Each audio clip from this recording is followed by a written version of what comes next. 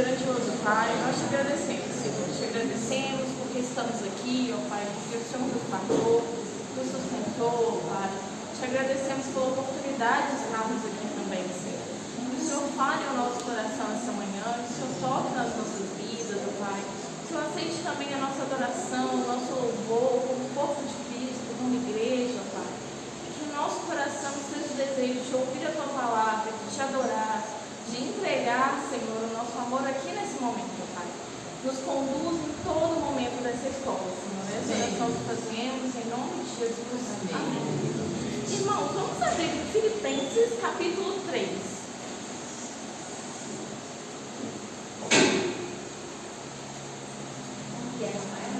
Filipenses, capítulo 3.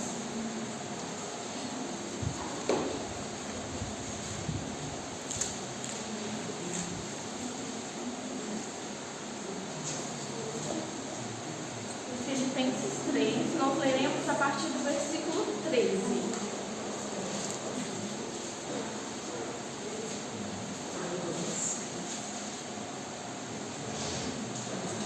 Filipenses 3, a partir do versículo 13.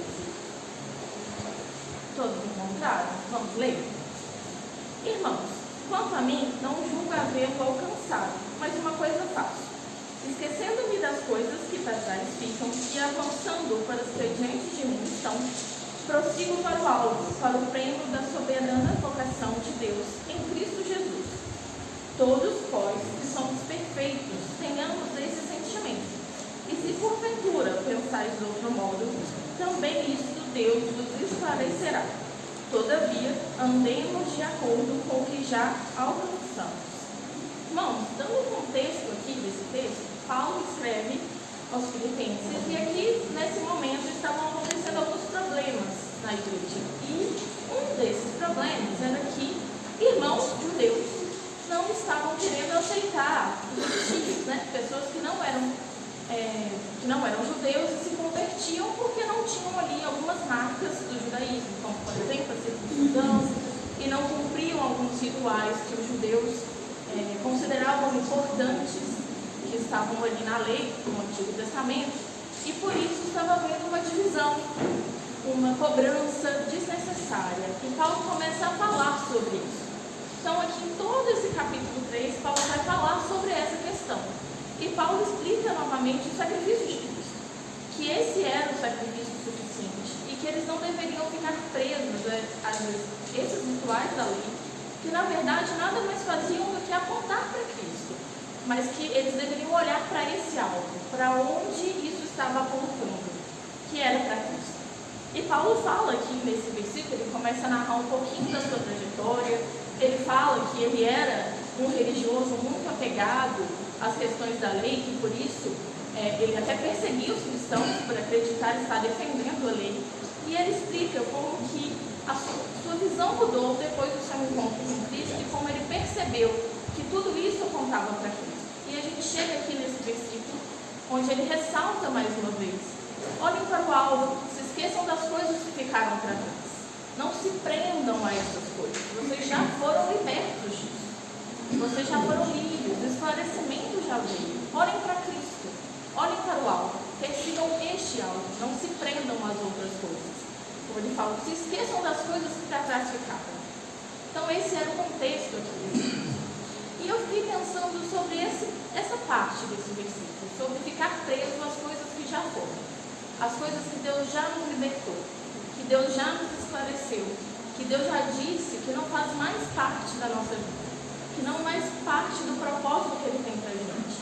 E o risco que a gente corre, às vezes, de ficar olhando para essas coisas, de ficar querendo viver como vivíamos antes de ter esse encontro com Cristo, antes de ter os nossos olhos abertos, antes de ter a verdade revelada para nós.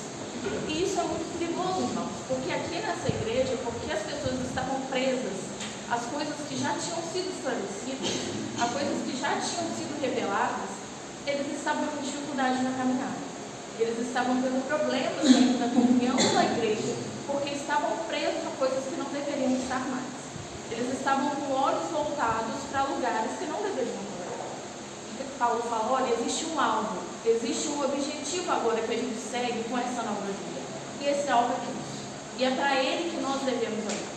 É nele que nós devemos nos inspirar. É o caminho dele que nós devemos seguir. E se você está olhando para alguma coisa que não está nele, que não está iluminada por ele, você deve abandonar. Você deve pedir esclarecimento. Ele diz aqui na parte final do versículo, se você pensa de outra forma, o Senhor também vai te esclarecer. Que Deus te esclareça, para que você consiga olhar para o alto. Irmãos, a gente precisa fazer isso para as nossas vidas.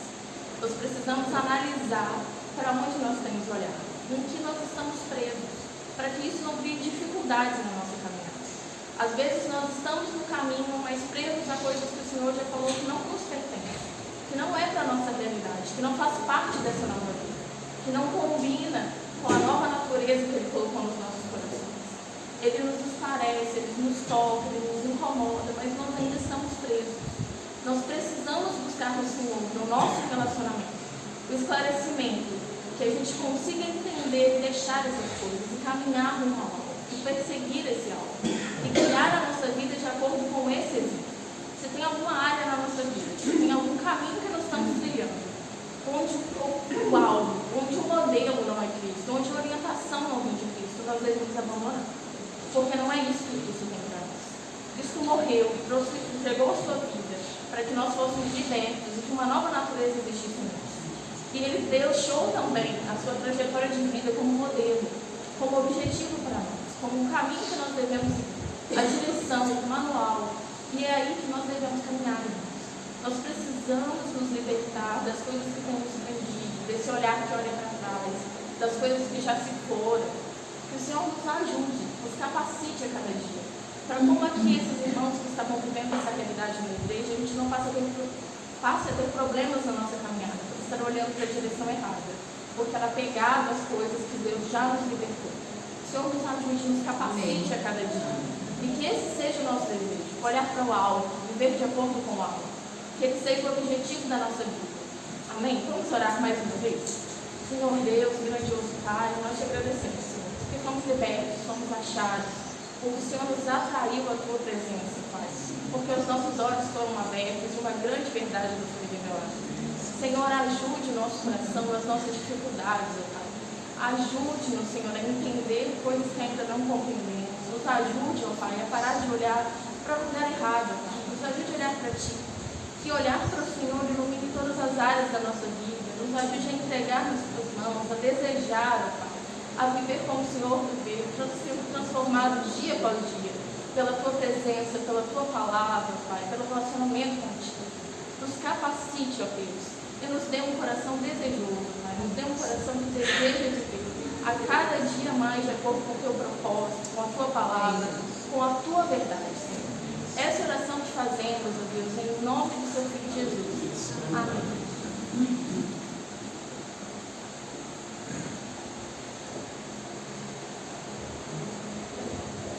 Meus irmãos, bom dia. Nós nos reunimos mais uma vez para adorar o Senhor, ouvir a sua voz, né? Queremos também pedir a bênção do Senhor para essa manhã, para a nossa vida, fortalecimento, graça, que é o que nós precisamos. Nós estamos orando, irmãos, pelas pessoas enfermas, né? E então nós continuamos orando para a nossa irmã Dona Carmélia. Ela está internada, né? E está fazendo tratamento. Então vamos continuar orando por ela, né? Não está muito bem. Então vamos continuar colocando a vida dela diante do altar do Senhor. Também nós estamos orando pela nossa irmã Regina, que está fazendo o tratamento também, né? A quimioterapia. O Senhor também fortalecê-la. E vamos orar pelos que estão enlutados, né?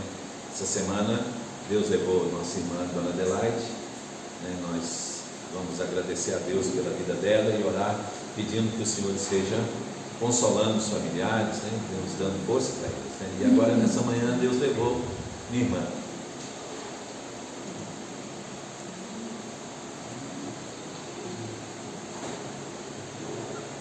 Às vezes o sofrimento é parte do propósito de Deus de preparar o coração daqueles que ficam, né? Então, quando o sofrimento é muito grande, a gente pede a Deus que Deus dê alívio. Nós estamos orando por ela para isso, e Deus a levou. Então, louvado seja o nome do Senhor. Tem mais algum pedido de oração? Pelo meu lar, etapa, a conversão da minha irmã. Sua mãe? Não. Aí desse lado tem mais alguém que quer pedir oração? Não? Aqui no centro? Eu agradecer a Deus pela minha saúde. Glória a Deus. Graças a Deus. Que bom que você está aqui. Eu? Do lado de cá? Seu James? Isso. Beleza? Sim? Obrigado.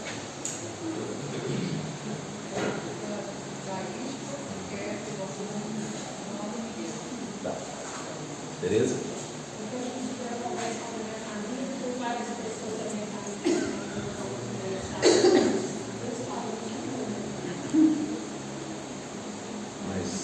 Pedido aí, irmãos? Não? Lá atrás? Não. Então vamos orar e depois da oração nós vamos separar para o estudo da lição, né? Lembrando que hoje logo mais à tarde nós teremos o culto, no final da tarde, à noite, então nosso culto, né? E hoje nós teremos no culto também uma surpresa aí, né? Aguarda, né? Então, vamos orar então? Pai, te louvamos, Senhor, porque o Senhor sempre, ó Deus, nos ouve. E por isso, Pai, nós queremos, Senhor, confiados na promessa da Tua palavra, queremos, ó Deus, então, colocar esses pedidos de oração que foram feitos aqui agora, Senhor.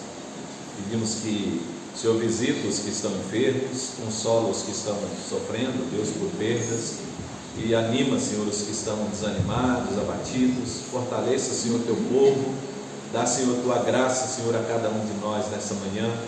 E quando estivermos estudando a Tua palavra, Senhor, em cada classe, que o Teu Espírito Santo, Senhor, esteja movendo e ministrando, Senhor, Tua palavra no nosso coração.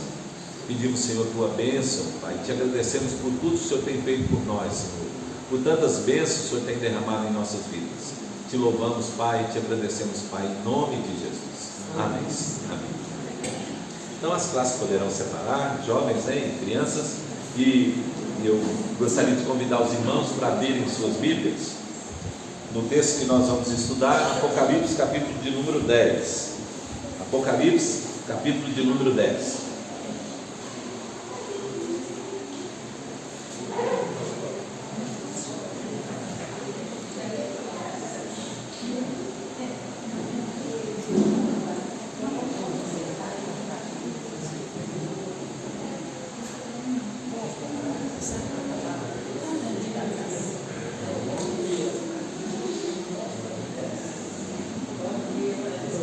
Amém?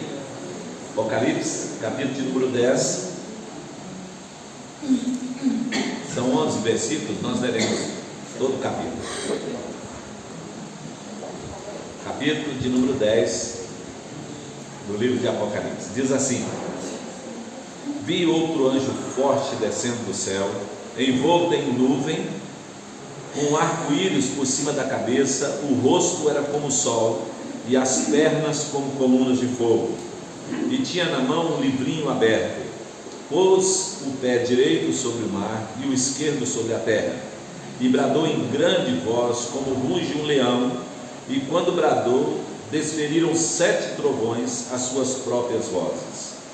Logo que falaram os 7 trovões, eu ia escrever, mas ouvi uma voz do céu, dizendo: guarda em segredo as coisas que os 7 trovões falaram, e não as escreva. Então o anjo que via em pé sobre o mar e sobre a terra, levantou a mão direita para o céu, e jurou por aquele que vive pelos séculos dos séculos, o mesmo que criou o céu, a terra, o mar e tudo que neles existe: já não haverá demora. Mas nos dias da voz do 7º anjo, quando ele estiver para tocar a trombeta, cumprir-se-á então o mistério de Deus, segundo ele anunciou aos seus servos os profetas. A voz que ouvi vinda do céu estava de novo falando comigo e dizendo: vai e toma o livro que se acha aberto na mão do anjo em pé sobre o mar e sobre a terra. Fui, pois, ao anjo, dizendo-lhe que me desse o livrinho. Ele então me falou: toma-o e devora-o. Certamente ele será amargo ao teu estômago, mas na tua boca doce como mel. Tomei o livrinho da mão do anjo e devorei, e na minha boca era doce como mel. Quando porém comi, no meu estômago ficou amargo. Então me disseram: é necessário que ainda profetizes a respeito de muitos povos, nações, línguas e reis. Amém. Que Deus abençoe o texto que lemos para nossa edificação. Irmãos, nós estamos aqui na terceira sessão, né, e nós dissemos que o livro de Apocalipse ele é dividido em 7 sessões paralelas, e nós estamos aqui então na terceira sessão. Se os irmãos observarem, essa sessão começou com a abertura dos selos, né? Lembra do livro que estava selado com 7 selos, e aí os 4 primeiros selos foram abertos, e ao momento em que os selos se abriram, algumas coisas aconteceram na terra, e aí a terra foi atingida pela abertura dos selos. Quando abriu-se o 6º selo, os irmãos lembram, então João viu um anjo, aliás é o 5º selo, né?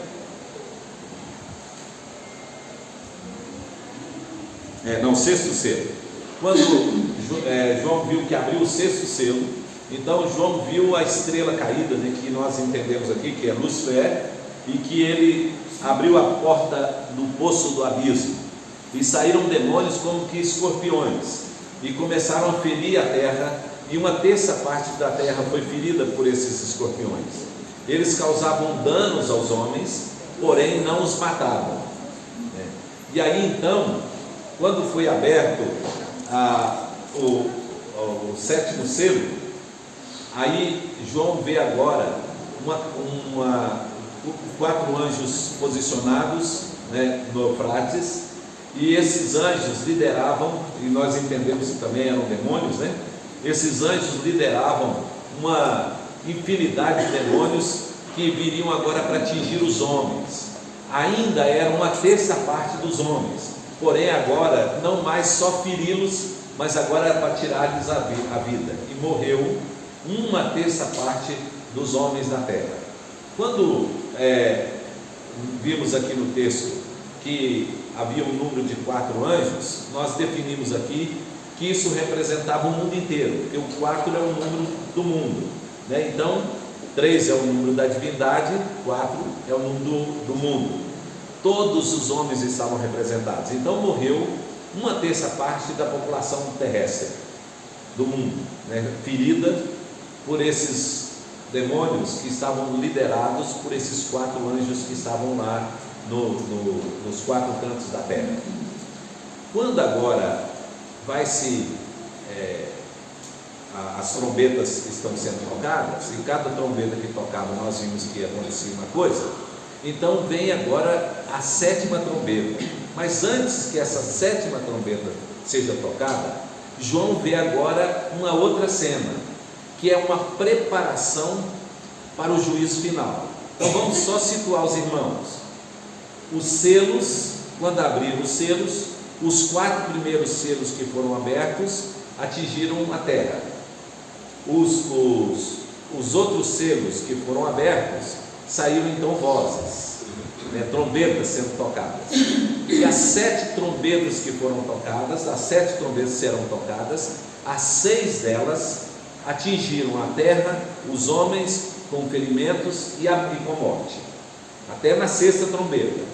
A 7ª trombeta é a última a ser tocada. Quando essa trombeta for tocada, então virá o final.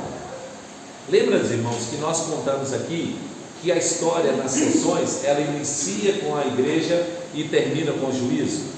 Só que cada vez que ela encerra no juízo, não é o juízo total ainda. Inclusive aqui, no caso da 7ª trombeta a ser tocada, ainda não é o juízo final.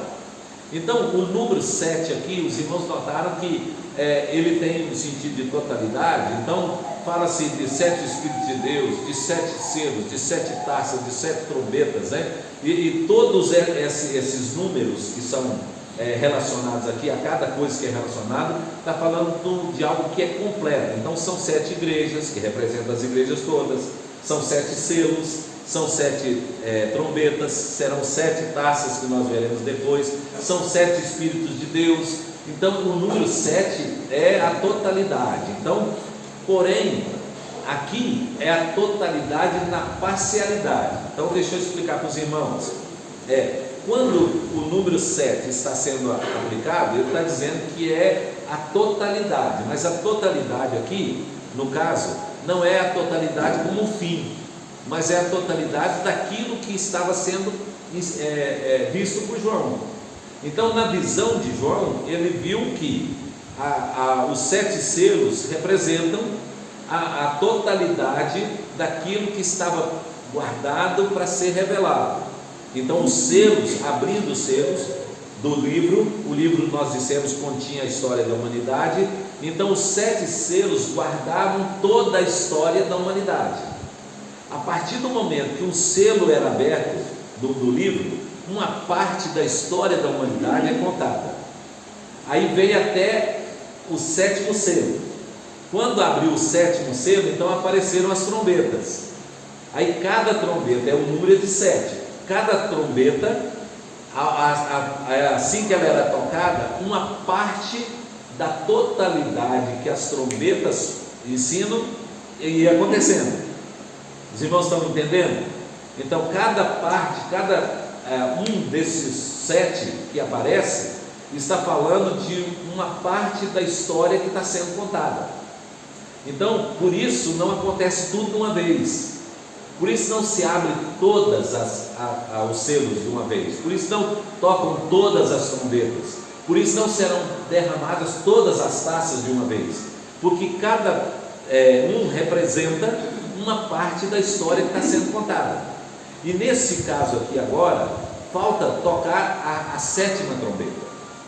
Então, nessa sétima trombeta, que vai anunciar o fim, então não haverá mais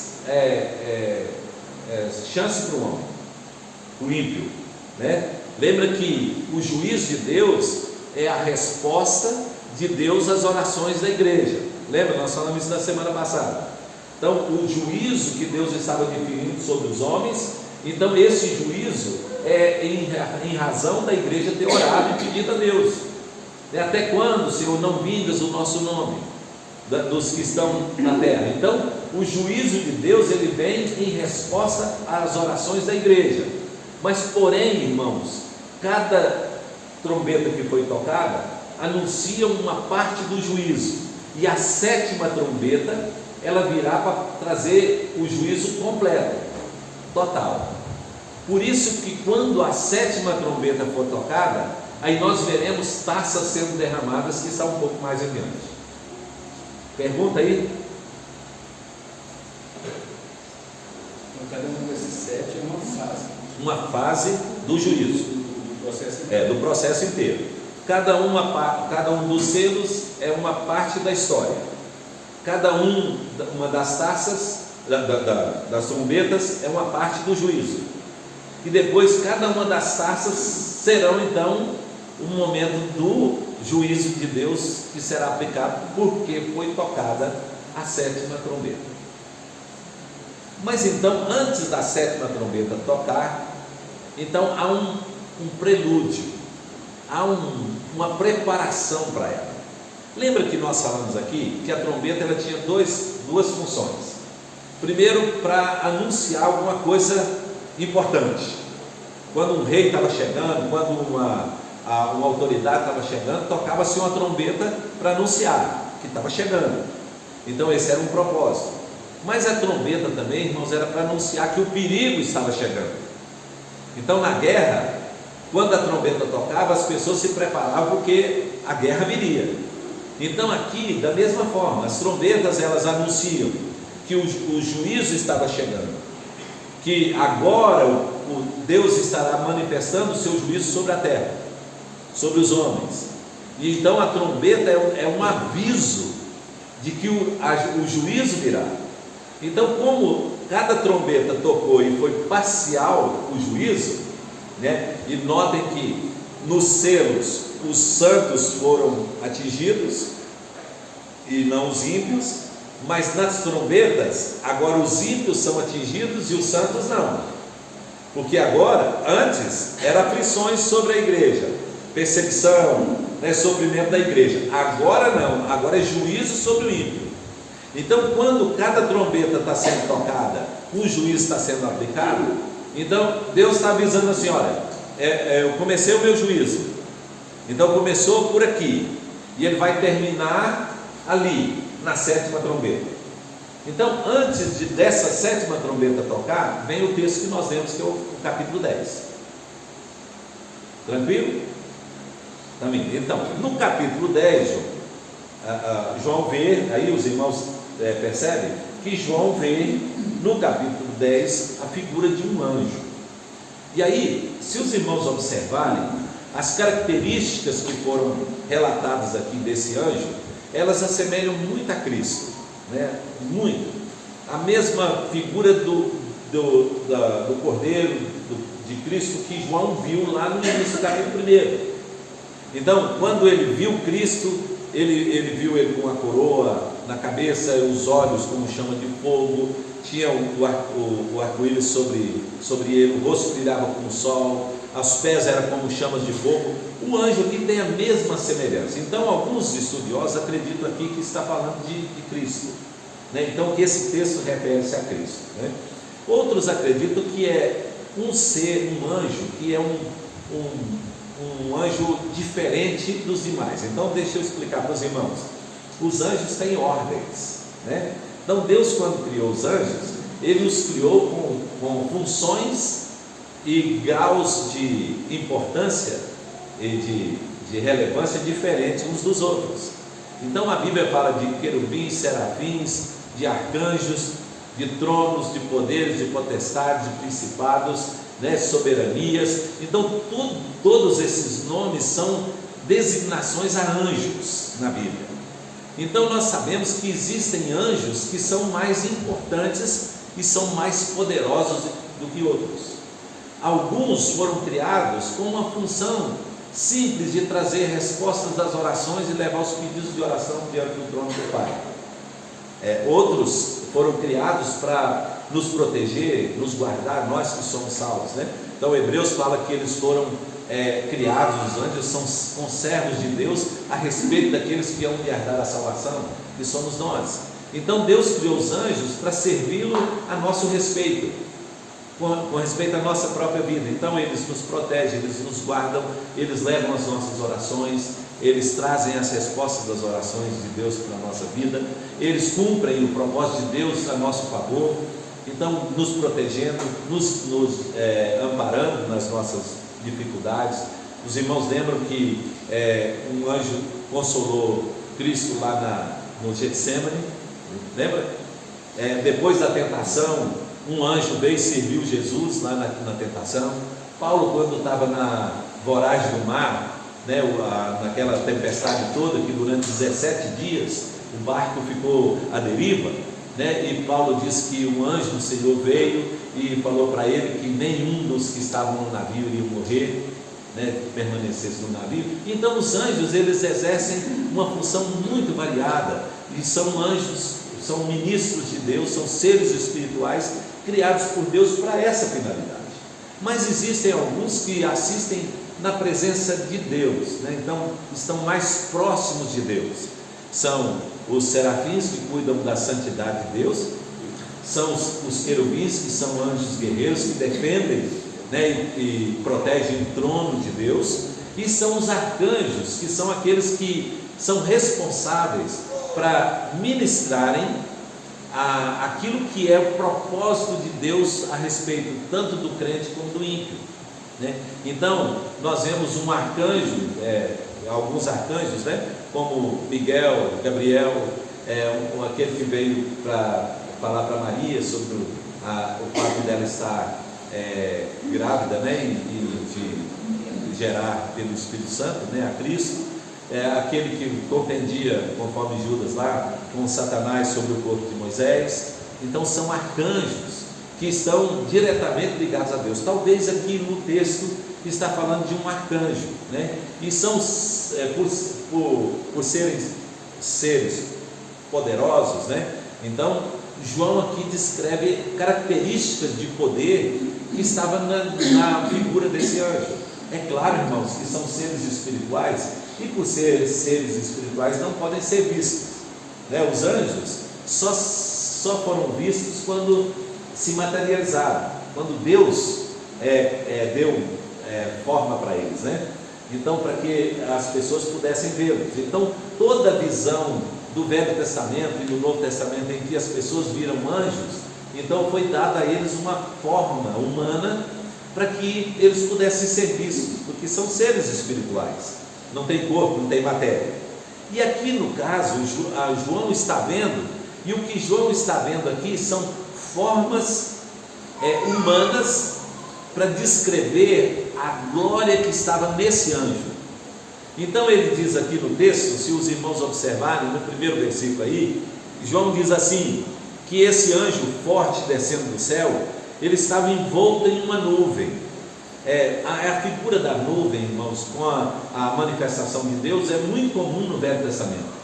Isso aconteceu demais no Velho Testamento, né? E no Novo Testamento também, quando Jesus foi assunto ao céu, ele foi numa nuvem, foi levado por uma nuvem. E aqui João vê então esse anjo envolto numa nuvem. Agora olha a figura que João vê sobre ele, diz assim, sobre ele estava como um arco-íris sobre a sua cabeça, e o rosto dele era como o sol e as pernas como coluna de fogo.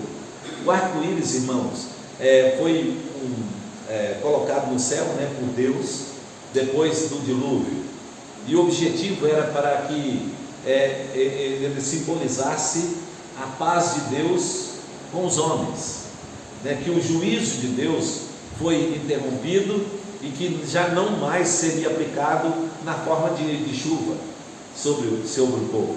Lembra? Então, toda vez que o povo de Deus olhava o arco-íris, ele lembrava da graça de Deus que foi preservando a vida de Noé e seus familiares, e o juízo de Deus aplicado sobre os ímpios. E agora havia uma promessa de que Deus não mais acabaria com o mundo por meio de juízo da água, né? Que não era para acabar com a água. E Pedro, escrevendo a sua carta, diz que o mundo que nós vivemos hoje está entesourado para o fogo, que será destruído pelo fogo e não mais por água. Então o arco-íris vem trazendo aqui a visão para João aqui sobre o anjo, de que o Deus que vai exercer o juízo é o mesmo Deus de promessas, é o Deus que está para cumprir aquilo que ele falou na sua palavra, e aquele Deus de misericórdia que continuou suportando os erros dos ímpios sem aplicar o juízo sobre eles. Ora, quanto tempo vem, irmãos? Já ensinamos para os irmãos que todos os juízos de Deus no Velho Testamento, eles apontavam para o dia do grande juízo. Então, o dilúvio, Sodoma e Gomorra, né, Nínive, e outros juízos que Deus exerceu, né, sobre os povos no passado, onde Deus mandava destruir, né, nações inteiras, casas inteiras, morria pai, filho, crianças, né, no Velho Testamento. Então tudo isso era figura daquilo que ia acontecer no último dia, que agora estava para ser revelado. Então, quando esse anjo tem um arco-íris na sua cabeça, está dizendo assim, que esse Deus que vai aplicar o juízo foi o Deus que teve misericórdia durante tanto tempo, mas a paciência de Deus tem limite.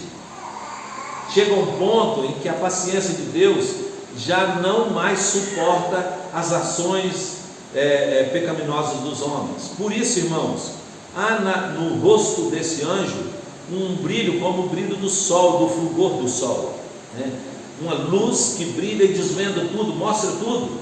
Então não há como o ímpio esconder os seus pecados, as suas ações maléficas, né? Não tem como esconder, porque há o rosto do anjo que está aqui, que brilha e revela tudo, mostra tudo, mas ele também tem os pés como colunas de fogo, que queima, onde pisa, queima, purifica pelo fogo. Então o juízo de Deus está sendo aplicado, está sendo revelado. Então está aqui a tolerância de Deus suportando o pecado dos homens, tem aqui a visão de Deus no brilho do sol, na luz do sol, revelando que não há pecado do homem que passe despercebido de Deus.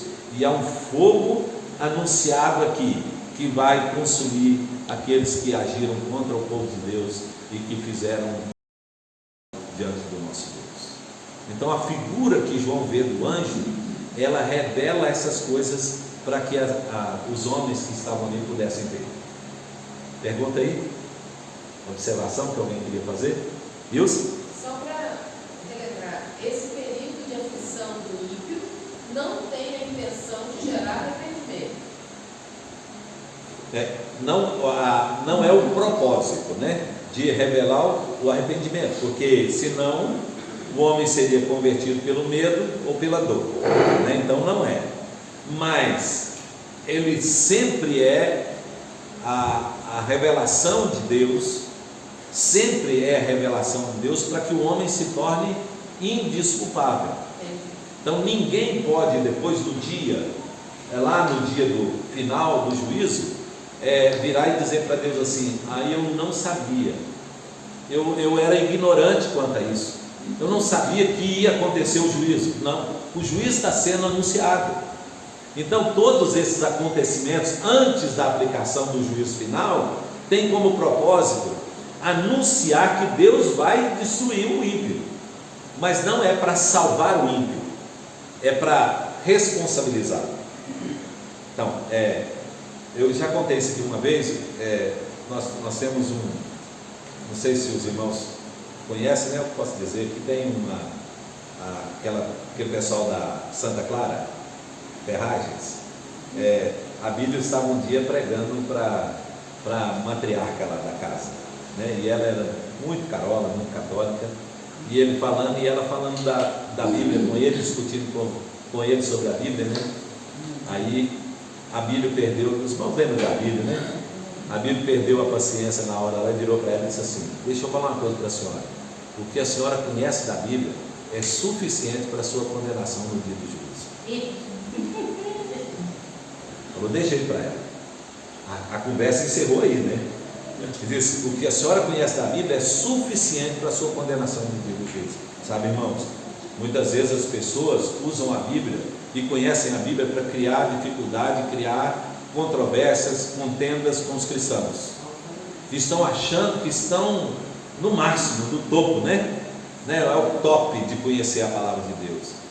Isso, irmãos, é o suficiente para a condenação deles, porque ninguém, irmão, será condenado sem antes ser responsabilizado. Ninguém será condenado sem antes ser responsabilizado. Será responsabilizado porque foi advertido. Então as trombetas estão tocando, anunciando que o juízo virá. Então os homens que ímpios, que não creram, eles não terão desculpas diante de Deus. E Paulo fala isso, né? Paulo diz assim, que o homem é indesculpável quando não crê. Indesculpável. Ninguém pode falar: não confio, né? Então por isso Deus revela desde a criação até a morte de Cristo na cruz, foi revelação para que o homem se tornasse indesculpável. Alguém quer falar? Eu tenho uma grande curiosidade, porque a pessoa mais velha sabe disso que eu vou falar. Eu fui ouvir falar de Bíblia e de crente por uma certa idade para cá, e antes disso ninguém. Aí seu James, tem a revelação que nós chamamos de revelação natural. Então nós temos dois tipos de revelação de Deus no mundo: a revelação natural, por meio das coisas criadas, e a revelação especial, Cristo Jesus, né? Então vou só ler um versículo para os irmãos para não ficar dúvida. Romanos capítulo 1, o apóstolo Paulo fala justamente isso que nós estamos dizendo. O capítulo 1 ele diz assim, no versículo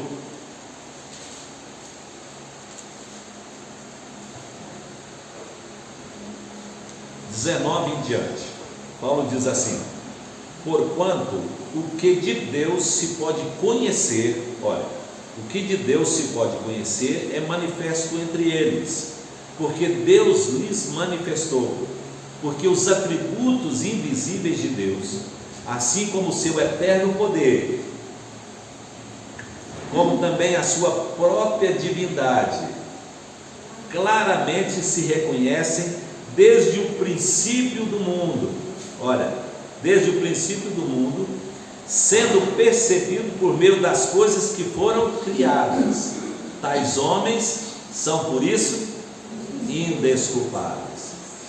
O que Paulo está dizendo é assim, desde o princípio do mundo, por meio das coisas criadas, Deus revelou seus atributos. Quais são os atributos de Deus, irmãos? Que Ele é Deus, que Ele é onisciente, onipotente, onipresente, que Ele é amoroso, que Ele é justo, que Ele é fiel, que Ele é benigno, que Ele é bondoso, né? Então, tantos atributos de Deus, bem como a sua eterna divindade, que Ele é Deus, se reconhecem por meio do quê? Das coisas que foram criadas. Então, a revelação natural de Deus revela que existe um Deus. Então, o homem é capaz de reconhecer que existe um Deus por meio das coisas que foram criadas.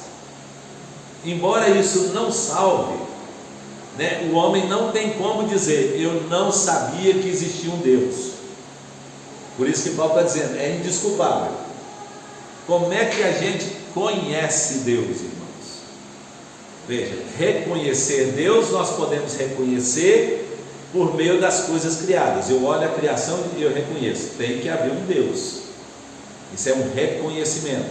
Como é que eu passo a conhecer a Deus? Em Cristo, porque Cristo é um ser pessoal. As obras de Deus são manifestação do seu poder. Cristo é a revelação do seu ser. Então, por meio das obras de Deus se reconhece Deus. Por meio de Cristo, conhece-se Deus. Por isso Jesus diz assim, quem me vê a mim, vê o Pai.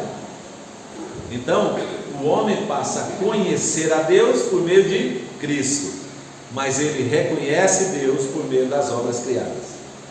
Então, as obras criadas não salvam, são insuficientes para salvar, mas são suficientes para responsabilizar. Bacana, gente? Muito legal, não é?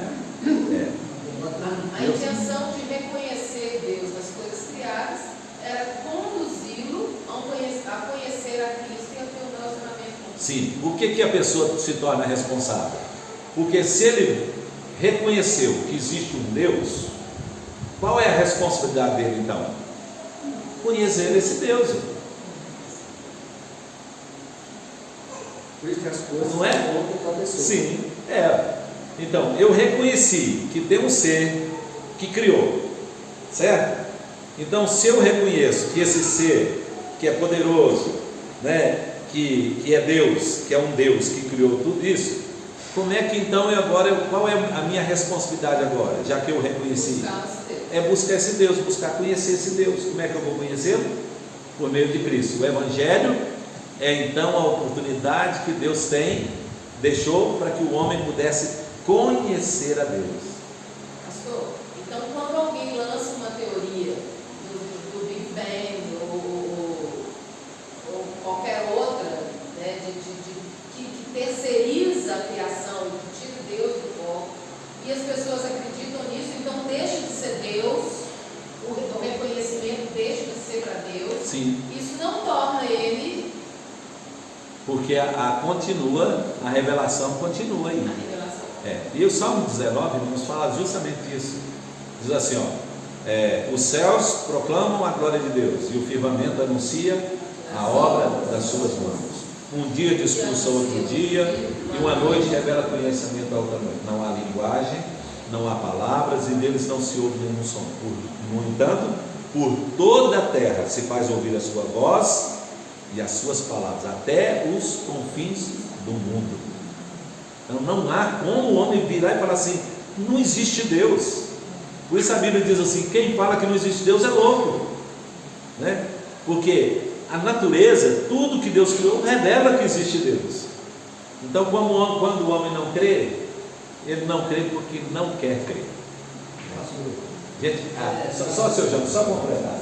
Essa discussão ela teve com Jesus, com os fariseus. Porque quando os fariseus e saduceus estavam discutindo com Jesus, eles viraram para ele lá no capítulo 10 de João e disse assim: até quando você vai deixar a gente em suspense?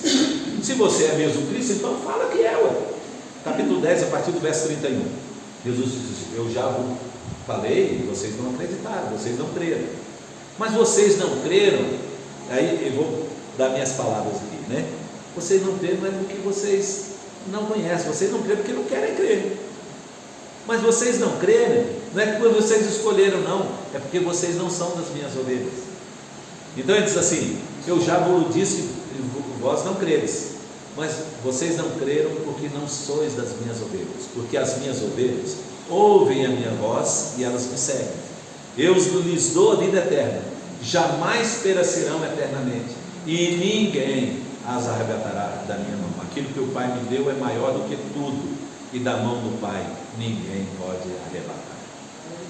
Então Jesus estava dizendo para o fariseu assim: ó, vocês estão achando que vocês estão fazendo coisa demais, não creem em mim? Não, isso não é escolha de vocês não creem em mim, porque vocês não são minhas ovelhas. Se vocês fossem, vocês creriam em mim. Então, não tem que falar mais nada para vocês, não. Na verdade,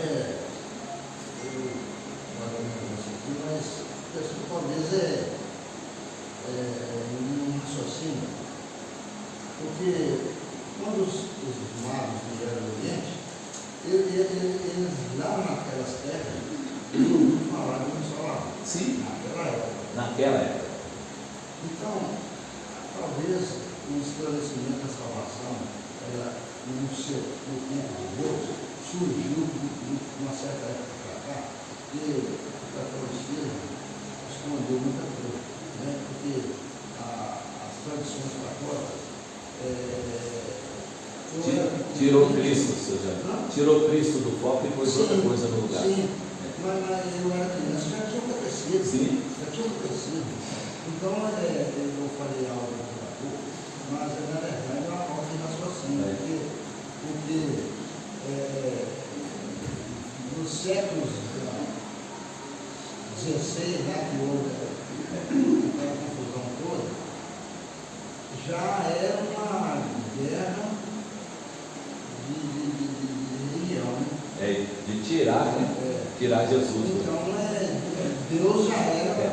Mas uma pergunta para os irmãos aqui, quer ver? Quando foi a primeira vez que falaram sobre Cristo, irmãos? Quando foi a primeira vez que falou sobre Cristo? Em Gênesis, aonde? Lá no Éden, no jardim do Éden. No princípio da humanidade já se falou sobre Cristo. Deus virou e falou assim: de ti, falou para a mulher, de ti nascerá um que irá esmagar a cabeça da serpente. Então, quando que o Evangelho foi pregado pela primeira vez, irmãos? Depois do pecado, né? Na declaração do castigo sobre Eva. Então foi lá no passado.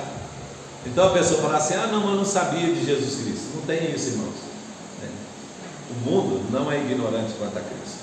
Ninguém é ignorante quanto a Cristo, né? As pessoas podem não conhecê-lo, mas saber a história dele, sabe, todo mundo, né? Inclusive, irmãos, até nos povos que não têm um calendário nosso, comemora-se o Natal, né? Os chineses têm um calendário próprio, os judeus têm um calendário próprio, né? Os hindus lá na Índia têm um calendário próprio, mas todos eles comemoram o Natal. O que é Natal, irmãos? O nascimento de Cristo. Então, como é que o homem pode dizer assim: ah não, eu nunca vi falar de Jesus, né? Não tem jeito. Bom, então aqui o anjo veio, irmãos, para anunciar. Então Deus vai mandar um juízo agora, e o juízo será terrível. Então por isso, falou da misericórdia de Deus, Deus foi longano, paciente até agora. Falou da visão de Deus de todo o pecado, ninguém consegue esconder de Deus. E agora fala do juízo de Deus, que os seus pés são como a chama de fogo. E se os irmãos olharem aqui no texto, onde o anjo põe o pé? Vocês notaram no texto aqui? um na terra e outro no mar. Então quer dizer o seguinte, que todo o planeta está sobre ele, debaixo dele, sobre ele. Então o juízo de Deus será executado sobre o mundo inteiro, né? Então, tanto no mar como na terra. Onde existir gente, o juízo de Deus será revelado e será aplicado, né? Então por isso ele tem, né, um pé na terra e um pé no mar. Agora olhem os irmãos e veja que esse anjo tem na mão um livrinho, e diz o texto que esse livro está aberto. Lembra do capítulo 5, que havia um livro, mas o livro estava selado, fechado. Esse está aberto, né? Aquele livro selado, nós vimos que conta a história de toda a humanidade. Por isso, cada selo que abria, a uma parte da história estava sendo revelada, né? Cada selo que era tirado, então revelava uma parte da história. Agora aqui, irmãos, esse livro é um livro aberto.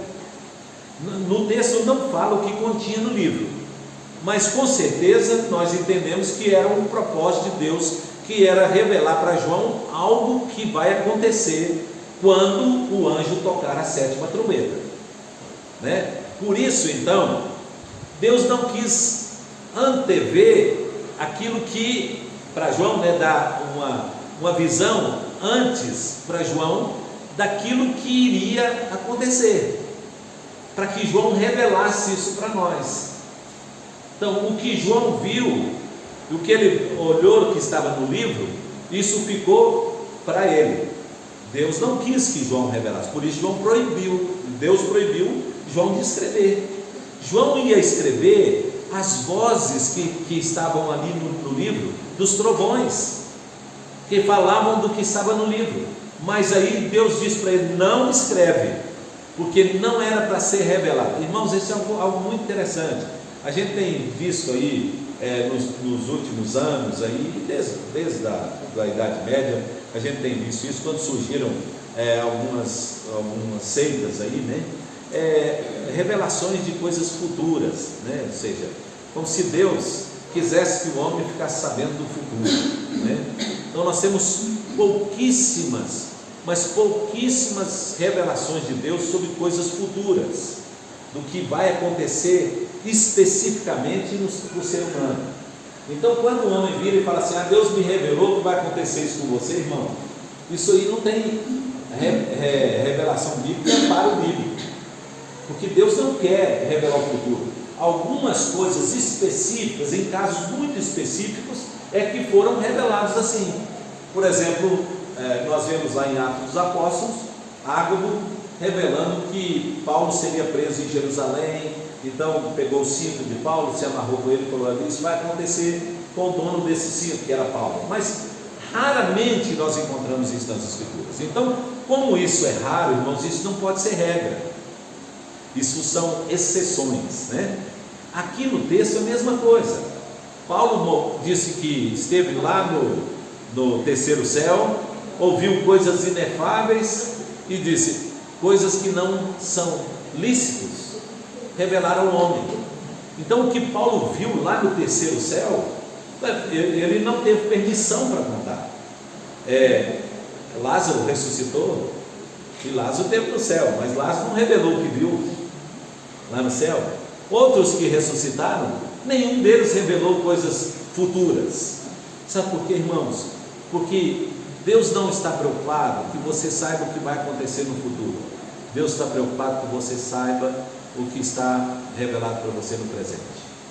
Porque aqui no presente é que você honra e glorifica a Deus com Ele. Saber do futuro, irmãos, pode trazer muita complicação para a vida das pessoas. Imagina, irmãos, se você soubesse o dia que você vai morrer, não é? Talvez nem viveria, né? Alguns nem viveriam, de tanta ansiedade, não é verdade?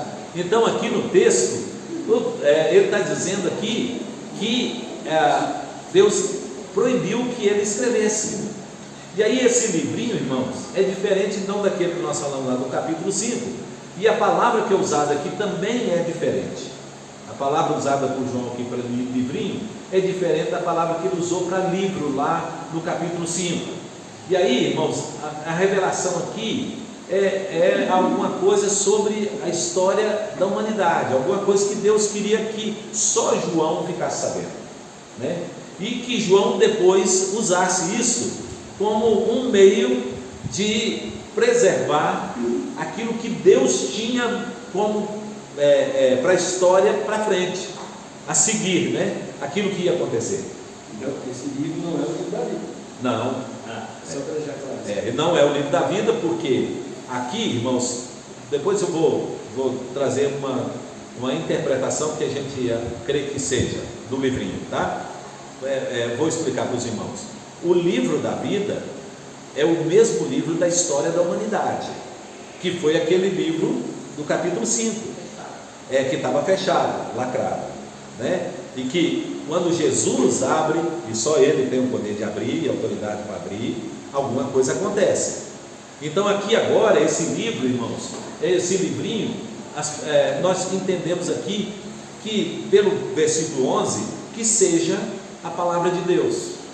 Por que nós cremos que é a palavra de Deus? O Evangelho?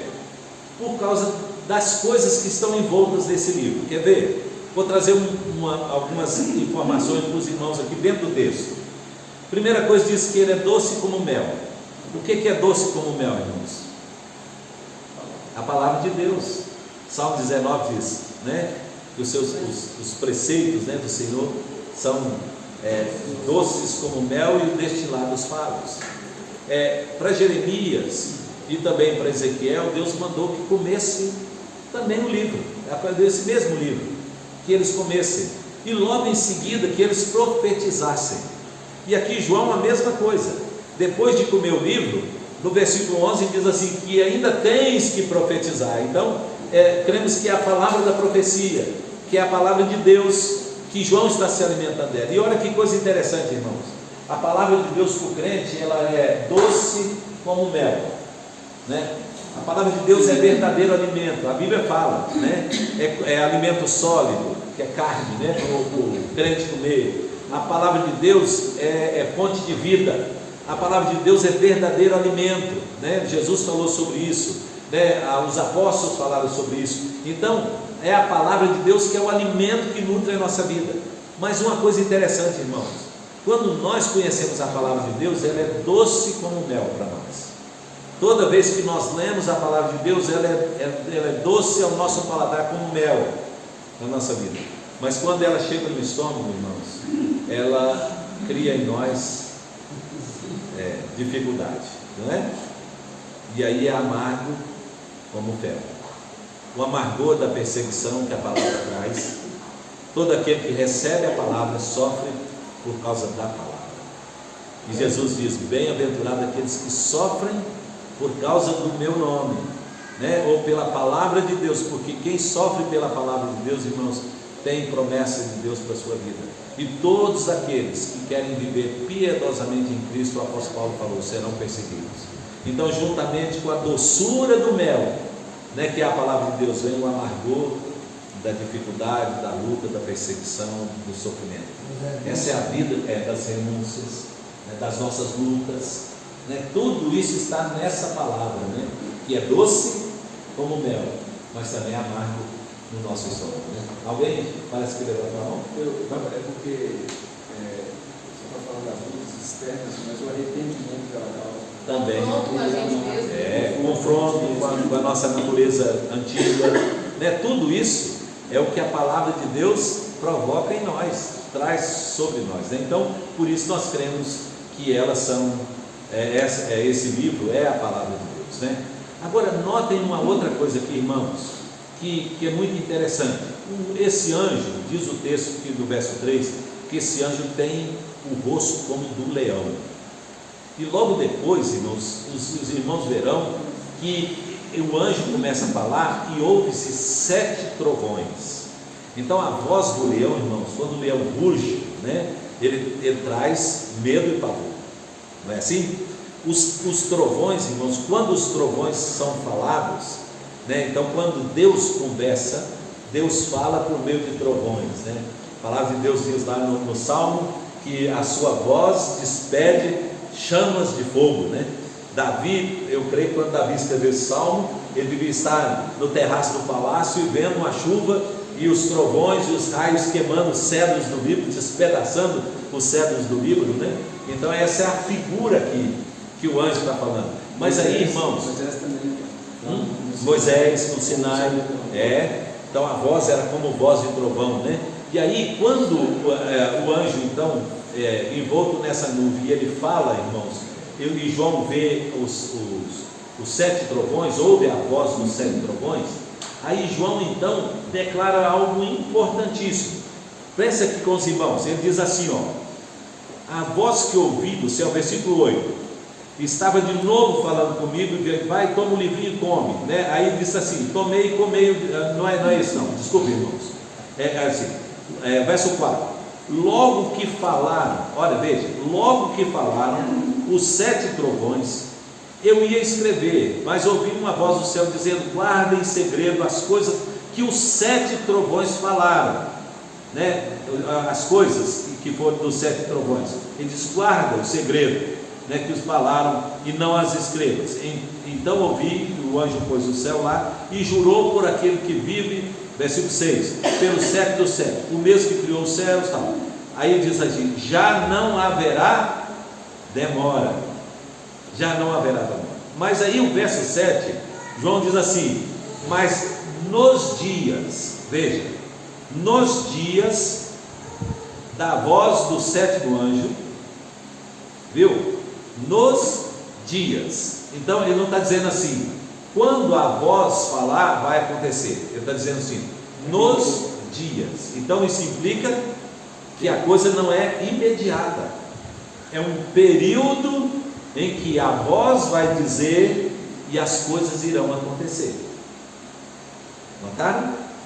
Porque o juízo, irmãos, ele é anunciado e aí tem um percurso para que ele então aconteça. Então Deus está anunciando, eu vou destruir o mundo por meio do juízo, mas agora há um tempo para que isso aconteça, e esse tempo está sendo revelado no livro que nós estamos estudando, né? Por isso então, irmãos, esse anjo vem anunciar o toque da 7ª trombeta. E quando a 7ª trombeta tocar, aí não haverá mais esperança, não haverá mais possibilidade, né? Então aqui agora ainda está num tempo em que antecede o toque da 7ª trombeta. E enquanto isso, Deus disse para João, profetiza para reinos, povos, nações e línguas. Mas ele logo em seguida fala que quando tiver tocando a 7ª trombeta, no versículo 7, vai cumprir os mistérios de Deus. Então é um mistério, mas ele foi revelado pelos seus servos profetas. Sim, que foi anunciado, né? A revelação aqui é no sentido que foi anunciado. Agora ele vai ser revelado quando? Depois, quando a trombeta tocar. Aí quando a trombeta tocar, a 7ª trombeta, então será revelado o mistério que foi anunciado pelos os profetas, né? Agora, por enquanto, não vai saber, mas quando tocar a 7ª trombeta, que tinha falado lá, vai ser. Por isso então ele diz assim, profetiza. Então ele não falou que foi pelos santos profetas? Aí está dizendo para João, profetiza, João. Assim, fala, João, que virá o juízo. Anuncia, João, que virá o juízo, né? Profetiza que virá o juízo, né? E aí quando então vier o juízo, aí vai falar, ó, se cumpriu, né? Se cumpriu. Interessante, irmãos, só para a gente fechar, quando Pedro estava falando sobre o fim do mundo, Pedro disse assim, que Deus é longânimo e paciente conosco, não com o ímpio, conosco, né? Que havia muitos lá na igreja para quem Pedro estava escrevendo, que não acreditavam que o fim do mundo iria chegar, que Jesus voltaria. Inclusive alguns deles diziam, onde está a promessa da tua vinda? E tal. E aí Pedro diz, olha, Deus não quer que vocês fiquem ignorantes quanto a isso, né? Então, Deus é longânimo com vocês, aguardando vocês se arrependerem desse pensamento. Às vezes estão pensando aí, lendo o texto, a gente acha que Pedro está falando dos ímpios arrependerem e crerem, né? Não, está dizendo dos crentes da igreja lá que às vezes tinham dúvida quanto à volta de Cristo. Está dizendo, Deus quer que vocês se arrependam e creiam que Ele virá. E Ele virá, diz Pedro, como um ladrão, né? Então, e aí, e diz Pedro, eu acho muito interessante isso, quando Pedro diz assim, aí naquele dia, vocês verão que foi anunciado pelos profetas, e aí agora vai se cumprir, está se cumprindo, porque os céus que agora existem, ele diz assim, estão reservados, céu e a terra, reservados para o fogo, para o dia do juízo. Quando isso acontecer, irmãos, ele está dizendo, não apenas os ímpios, que ouviram, que foi profetizado para eles, falado para eles, e eles não creram, mas também os crentes lembrarão daquilo que aconteceu, daquilo que foi profetizado, daquilo que foi falado lá no passado, né? Lembra, irmãos, que depois que os discípulos viram Cristo ressurreto, lembraram das promessas da sua ressurreição? Lembra os dois na estrada de Emaús? Abriram-se os olhos e eles reconheceram, lembraram daquilo que Jesus havia falado, né? Que é o terceiro dia ressuscitado. As promessas de Deus, irmãos, elas não falham, e nem os seus juízos serão mudados. Deus sempre levantou uma pessoa, Noé, Moisés, os casos de João aí, Paulo,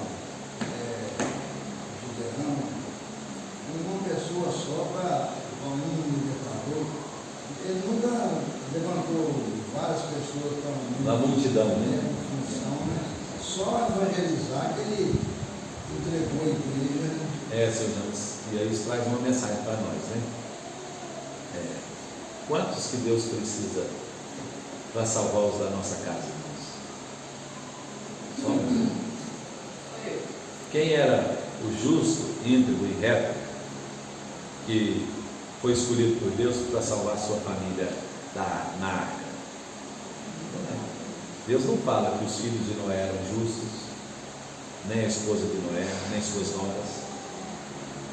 Deus fala de Noé. Deus precisou só de quantos na casa de Davi, irmãos? Só Davi. Não é? Na casa de Jacó, José, né? Tudo aponta, né, para que a responsabilidade é de cada um, né? Às vezes ele fica assim, mas só sou eu lá em casa crente, não é? Sou só eu. Glória a Deus que tem você como crente lá, porque você é suficiente. Não precisa de mais ninguém não para ser o testemunho e salvação da sua família, né?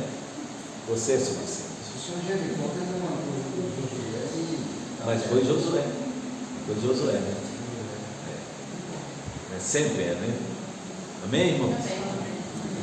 Glória a Deus. Na semana que vem nós não teremos aula porque é ceia, né? Próxima semana, né? É ceia. Então, na outra semana nós vamos para o capítulo 11. Tá bom? Vamos orar então? Vamos encerrar? Vamos ficar em pé. Pode falar, Lila.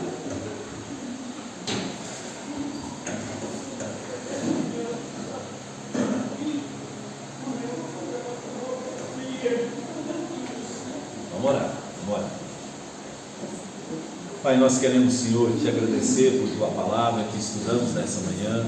Queremos pedir, Senhor, tua graça, tua misericórdia na aplicação dessa palavra no nosso coração, que haja em nós, ó Deus, temor diante do Senhor, ó Deus, e que nosso coração se volte cada vez mais para estar mais perto do Senhor, Senhor, em todas as coisas. Queremos, ó Deus, te louvar também por tua misericórdia para com a nossa vida. E queremos colocar a vida da nossa irmã Leda nas tuas mãos, o exame que ela fará. Ó Deus, que o Senhor possa revelar, Senhor, para o médico, através desses exames, Senhor, aquilo que está acontecendo com a tua serva, e providenciar, Senhor, o tratamento, Senhor, o remédio para que isso possa ser curado em nome de Jesus. Pedimos, Senhor, tua graça, tua misericórdia, Senhor, e oramos em nome de Jesus. E agora, irmãos, que a graça do Senhor Jesus, o amor de Deus nosso Pai e a comunhão do Santo Espírito esteja sobre todos nós, hoje e para todo sempre. Amém. Irmãos, Deus abençoe a todos. Tenham um bom dia e até a noite. Bom dia.